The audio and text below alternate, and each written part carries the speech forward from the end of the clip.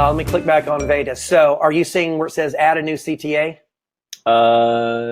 Yes, we are. Absolutely. Okay, fantastic. So CTA stands for call to action.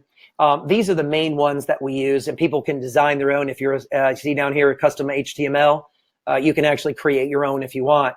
But most people use these. Auto forwarding to a web page.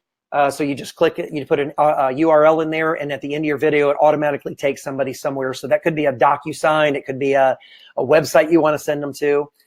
You have a place where somebody can email you. So at the end of a video, it pops up this screen that shows you a place to put an email in, and then that would automatically email back to me. Mm-hmm. I can put a button to call me. So if you know it's going to their phone, they can click the button and it automatically dials me.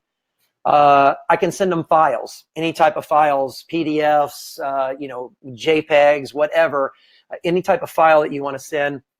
You put it into your call to action. At the end, it pops up and says, click here to download this file. And so they can download that file to their desktop.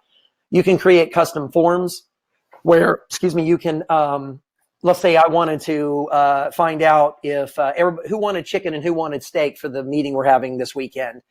You could create a form if you want, and it would gather all the information that you put out there.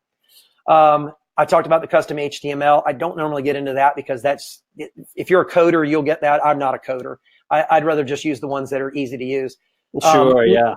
Email collector, this would be if I want to send a video, if I want to put a video out on my blog or my website, and at the end, it comes out and says, if you're interested in more information on this, send me your email, and it would collect their email and send it to you.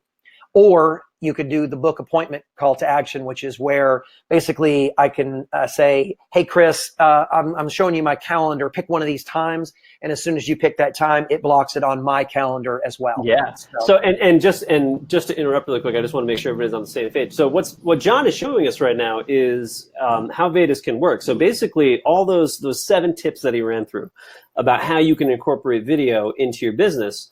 You can record those videos on Vaetas using their tool, and then you can add any of those functions to the end. So, you can say at the end of a video, hey, like these are going to be our next steps, going to do this, and then you can include a link to, some relevant information there. So it's a very, very useful tool for interacting with your clientele. So these are all things that you can have the video do automatically at the end.